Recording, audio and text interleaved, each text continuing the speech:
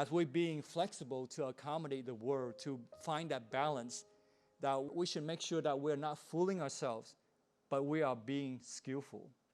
How can we be skillful? And this leads us to skillful means. Skillful means is a terminology often used in Buddhism. Skillful means here has a broad meaning than simply acting in a way that encourages people to be open with you. It can even include and appear to be unethical, but in fact highly ethical on account of understanding motivation. So we should understand this a little bit, because otherwise we can be unethical when we're trying to be skillful. When we're being skillful, it's different from bodhisattvas being skillful. Our level of skillfulness is different from theirs, because you have to take into account of what third parties might think of what you're doing. What makes apayakasaya skillful is its effect on the person towards whom it is directed. It fulfills the purpose in an apparently unethical manner. It is more skillful than ever. But we should understand this before we say, okay, I can do whatever I want because I think it's skillful. But the Bodhisattva takes into account all the sentient beings in that environment. So he does have to consider the possible effects of his skillful means on the observers around him. Right? Having done this, he may decide to go ahead with the apparently unethical action for the benefit of the person towards whom it is directed. Through his supernormal powers, he will be able to make his action invisible to those who are not directly involved with it. So that's the difference. When we do something unethical and we think that's skillful, and we don't have supernatural abilities, we don't have the wisdom, then it is unethical. If we don't have supernatural powers, we should avoid unethical behavior. Maybe when they read this, they rationalize because they may have seen in the White Lotus Sutra, there's a very famous parable of the burning house where the Buddha promised his children that he would give the children a toy cart of their desire. But when they got out, there was only one cart, the white ox cart. Very powerful ox, but it was well adorned. So they say, well, the Buddha lied in a sense to achieve his means.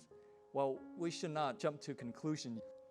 The Buddha appears to feel he has to justify his action in promising the children 3 different kinds of cart when he knew that he was only going to give them one kind. He has to explain that he has not really told a lie. The reason why this is because at that time when they wrote down the scriptures, the White Lotus, there was not such a term called upayakasaya, skillful means.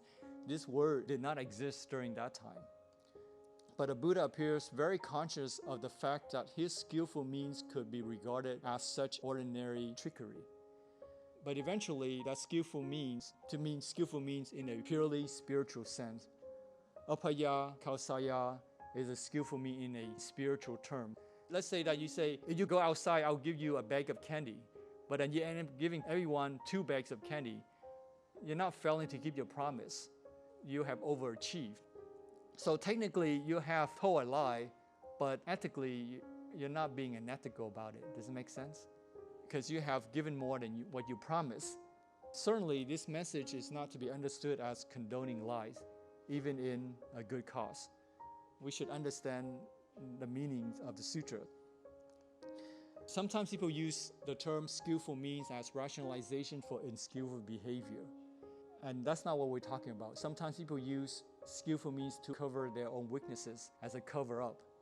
For instance, in the course of discussions, you become very angry with somebody and you lose your temper. You may say afterwards, I'm sure it did him good, so I guess that was just my skillful means. So we should be careful not to use the expression skillful means as a cover-up, as a trickery behavior. But we should be honest with ourselves. Yes, I was angry, that was not right. I will try to fix it. I'll try to be better next time. It's more acceptable than to say, well, that was meant to teach him a lesson. A bodhisattva is simply himself. On the other hand, he doesn't have to behave in any special way. He doesn't pretend to be ordinary. He is ordinary, but at the same time, he is a bodhisattva. He can be himself, and he communicates genuinely in his unself-conscious way. So the bodhisattva does not use special techniques. It's not like he's using some sort of trick up his sleeves in an attempt to win friends and influence people in a rather sleek and artificial way. Skillful means it's essentially a matter of being able to be with people, of empathizing with them, encourage them to be open with you and to you. And this is why Mahayana attaches great importance to skillful means. At the same time, we're trying to be true to ourselves. We shouldn't use skillful means as a cover-up for our own weaknesses. So in trying to achieve a balanced life, to maintain the motivation for spiritual progress, we should be skillful. We should be honest with ourselves without trying to fool ourselves or others.